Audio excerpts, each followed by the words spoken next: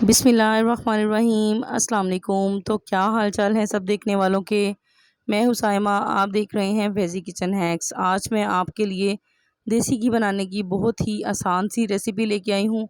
Video बहुत short सी है, लाजमी आपने वीडियो को फुल वॉच करना है, वीडियो में साथ रहना है। देसी घी की मिकदार आप देख रहे हैं, बहुत ज़्यादा आपका देसी घी निकलेगा, टाइम आपका बिल्कुल भी वेस्ट नहीं होगा।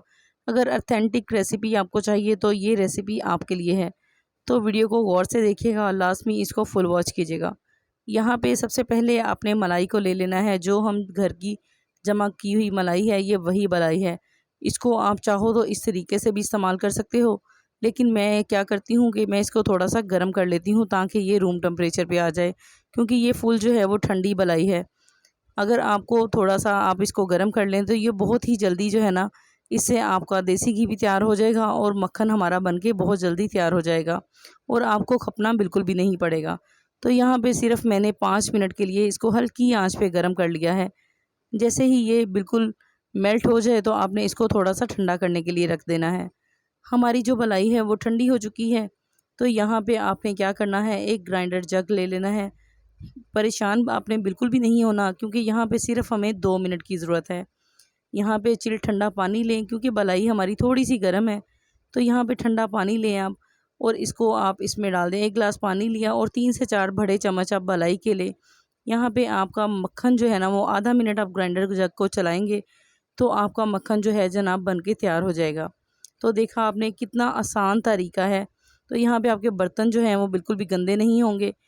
तो दोस्तों, इसमें मैं बार बार पानी ऐड नहीं करूँगी, बल्कि जो मलाई से हमारा दूध निकला है ना, इसी को मैं दोबारा से इस्तेमाल में लेके आऊँगी। इसी में मैं कुछ बर्फ़ की टुकड़ियाँ डालूँगी और आप यकीन करें, आधा मिनट आप दोबारा से ब्लेंड करेंगे तो आपका जो है मक्खन बिल्कुल बनकर तैयार हो जाएगा। इस तरीके से हमारा जो टाइम है वो भी बचता है और मक्खन भी हमारा जल्दी बनकर तैयार हो जाता है। और जो दूध होता है, इससे आप चाय बना लें, कस्टर्ड बना लें, या आप बच्चों के लिए कोई डिज़र्ट मीठा बना लें, आइसक्रीम बना के दें उनको, बहुत ही मज़े की आपकी जो है वो आइसक्रीम बनेगी। तो यहाँ पे मैंने सारा जो है ना मक्खन वो बनाकर तैयार कर लिया है। तो आप देख सकते हैं बहुत ही आसानी के साथ हमारा जो मक्खन है वो देगची भरकर तैयार हो गया है। तो यहाँ पे मैं कुछ मक्खन जो है वो बचा के रख लूँगी।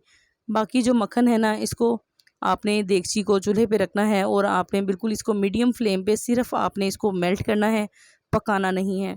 तो यहाँ पे आपको एक इंतहाई शानदार टिप दूँगी। यहाँ पे सिर्फ आपने मेल्ट करना है इसको और ठंडा करने के लिए रख देना है, और ओवरनाइट पूरा आपने इसको फ्रिज में रख देना है, फ्रिज के नीचे वाले खाने में। तो यहाँ मैंने इतना इसमें से मक्खन निकाल लिया एक कटोरी भर के, और ये हमारा जो है वो दूध बचा है, इसमें से आप इसको इस्तेमाल में लेके आ सकते हैं। तो यहाँ पे जो है हम इसका कोई मीठा बना लेंगे या कोई डिज़र्ट बनाएंगे और इंजॉय करेंगे।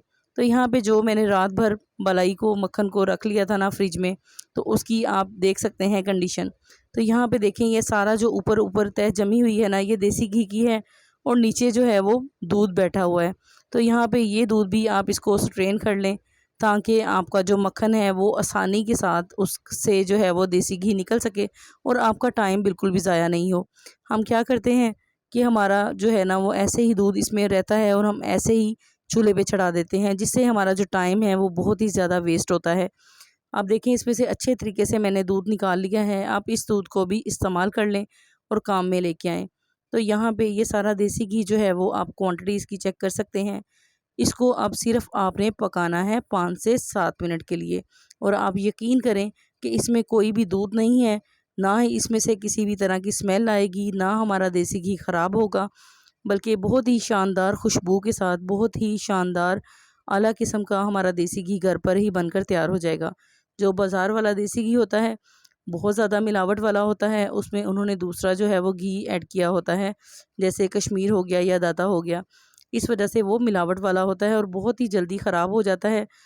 उसका जायका भी इस तरह का बिल्कुल भी नहीं होगा। जो घर का खालिस देसी घी होता है ना, उसका जायका और टेस्ट बहुत ही मज़े का, इंतहाई लजीज होता है, और दूर से ही खुशबू आती है कि इस घर में देसी घी बन रहा है।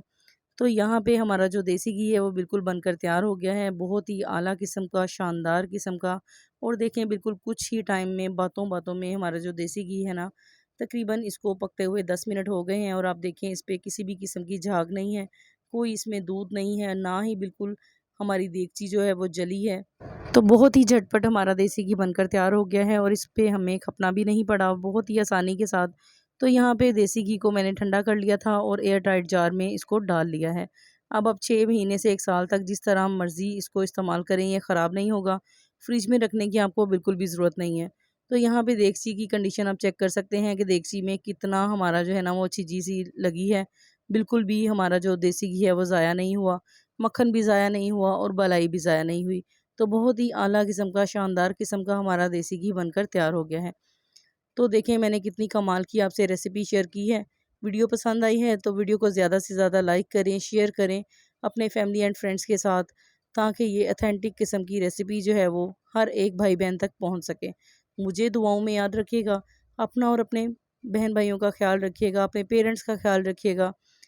और मुझे दे इजाज़त, दोबारा किसी और नई अच्छी वीडियो के साथ फिर से हाजिर होंगी। अल्लाह हाफिज़, टेक केयर, बाय बाय।